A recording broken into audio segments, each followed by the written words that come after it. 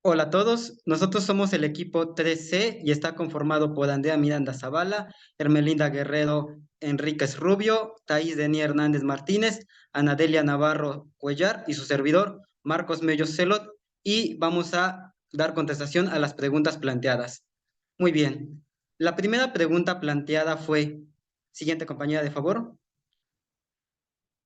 ¿Qué es la atención? Nosotros, después de hacer un análisis a profundidad de las respuestas compartidas en el foro por los compañeros, llegamos a que la atención es una habilidad cognitiva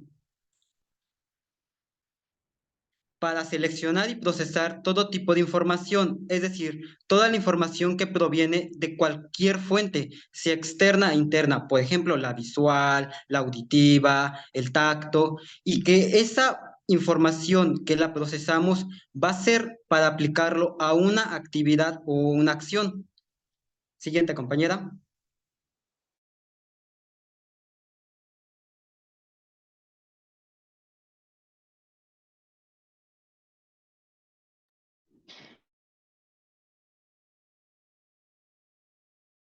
Nos permite concentrarnos de una manera selectiva en uno o varios procesos cognitivos.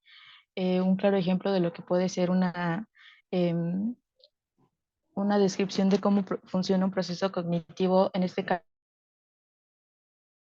caso el que generalizamos con la atención, es, digamos, un ejemplo: sales de una tienda comercial y compraste una prenda, ¿no? No le quitaste el sensor, pasas y se escucha la alarma. Tu primera atención fue auditiva, porque tú sabes, eres consciente de que algo te puso en una situación alerta. Esto quiere decir que es un sonido que reconoces porque no es precisamente un sonido conocido, y este se detonó al momento de que tú pasaste por uno de esos aparatos.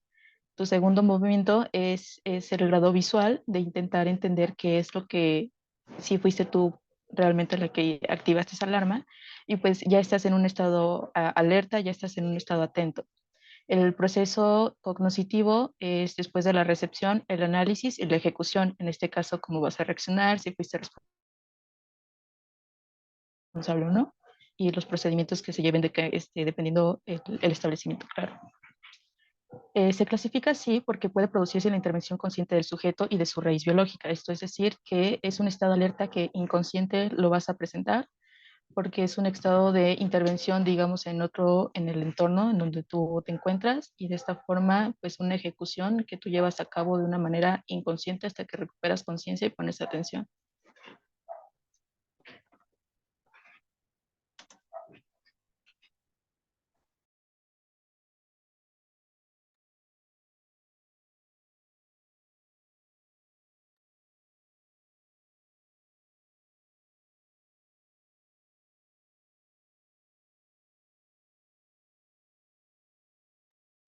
Muy bien. La siguiente pregunta que fue planteada fue: ¿qué lóbulos cerebrales son los que mayormente están implicados en la regulación atencional? Tenemos dos lóbulos principalmente, el lóbulo parietal y el lóbulo frontal. Bueno, primero, el lóbulo parietal. El lóbulo parietal está ubicado entre la parte media y las partes laterales de la cabeza, es decir, en esta parte de aquí atrás, y está debajo del hueso parietal, de ahí su nombre, y va a ser encargado de crear mapas o redes que van a permitir que van a permitir que se concentre o se enfoque la atención. Y por su parte, el lóbulo frontal, que como su nombre lo dice, se encuentra en la frente, es decir, justo en la cara anterior de la cavidad cerebral o en la frente, como les había comentado, y va a ser la encargada de planificar y coordinar toda la información que percibimos o que nosotros mismos, ¿cómo se llama?, adaptamos.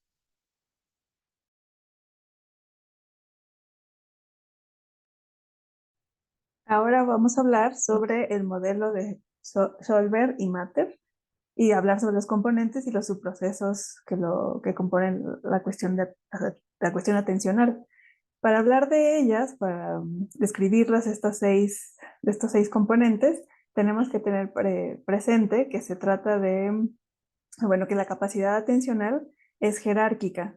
Entonces, para poder desarrollar las más elaboradas, primero tendremos que tener un mayor contacto o desarrollo de las previas. Por eso por eso se establecen, en primer lugar, la arousal, que es la capacidad de estar despierto, que implica una activación generalizada del organismo.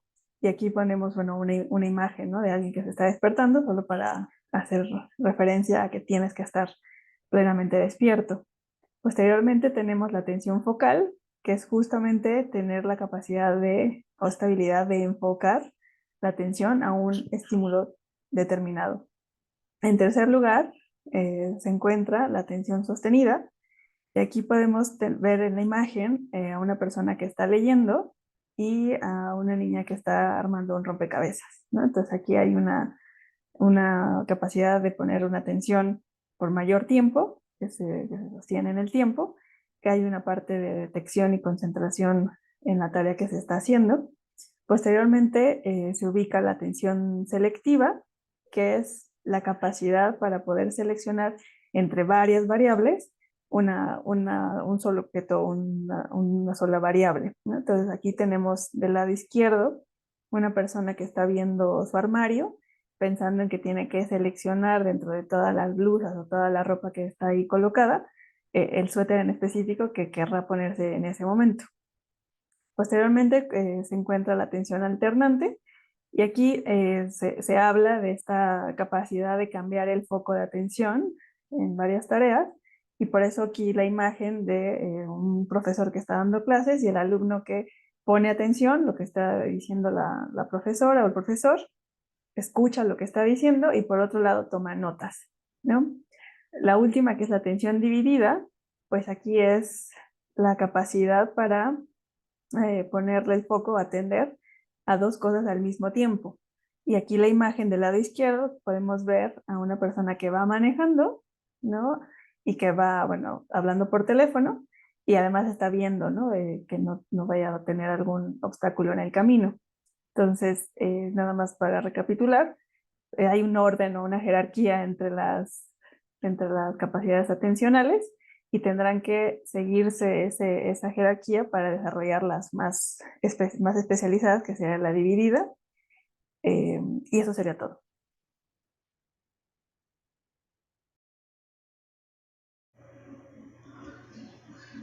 Con base en lo que han presentado mis compañeros respecto a la atención visual, tenemos como ejemplo de una tarea de prueba para evaluar dicha atención esta prueba que se llama Divisa. Es un test de discriminación visual de dibujos de simples árboles, son dibujos muy simples que evalúan el grado de atención en niños de 6 a 12 años. Lo que consiste en que el niño discrimine o diferencie los patrones evolutivos de los árboles en función de lo normativo. Se evalúa, por ejemplo, los errores por omisión, se evalúa también la distracción o precipitación al ejecutar el ejercicio, que puede ser causante de posibles errores, y por último, el grado de organización con el que se ejecuta dicha prueba. Siguiente, por favor. Otro ejemplo, esta vez en cuanto a la atención auditiva, es la narración de un cuento y cuestionamientos.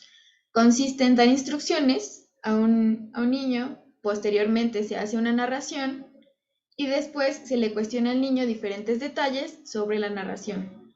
Esto ejercita la atención auditiva al prestar atención a los detalles que se le narraron al niño en las diferentes partes del cuento.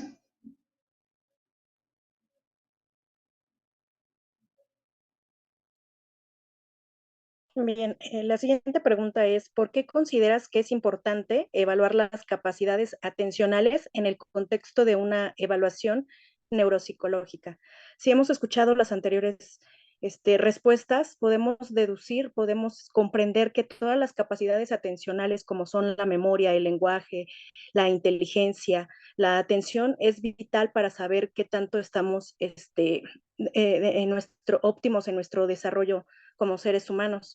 Entonces, nosotros al detectar que tenemos alguna disfunción en alguna de estas capacidades atencionales, pues tendríamos que atender a esta situación para que esta persona tenga durante todo su desarrollo, pues un crecimiento óptimo, estimular estas partes que están disminuidas.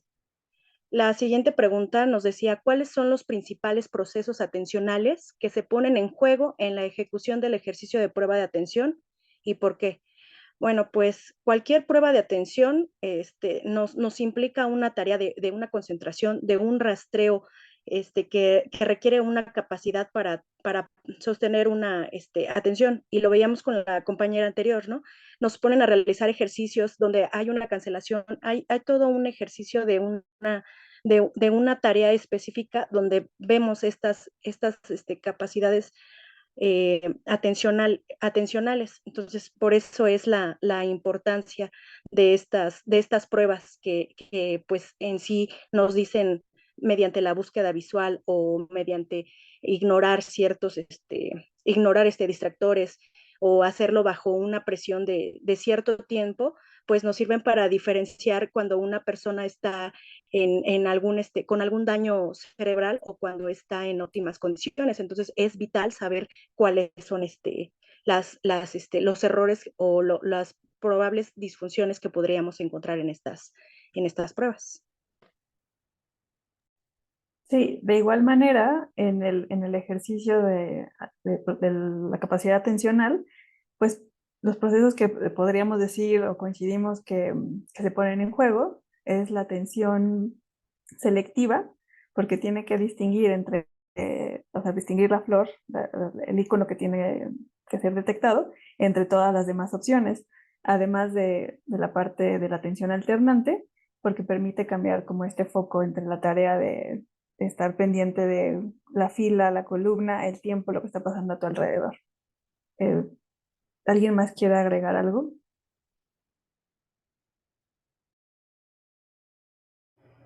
Coincido con mi compañera. Muy bien, recordemos que las pruebas de atención y en específico la prueba de cancelación visual va a centrarse en que la persona en estudio tache o seleccione cierto tipo o figuras. Como habíamos visto en el ejemplo, en la diapositiva anterior, hay un cierto número o serie de imágenes en la cual el evaluador le va a decir a la persona que tache o seleccione cierto tipo de figuras y a partir de ahí va a evaluar su proceso de atención. Muy bien. De nuestra parte ha sido todo. Somos el equipo 3C y les agradecemos mucho toda su atención. Hasta luego.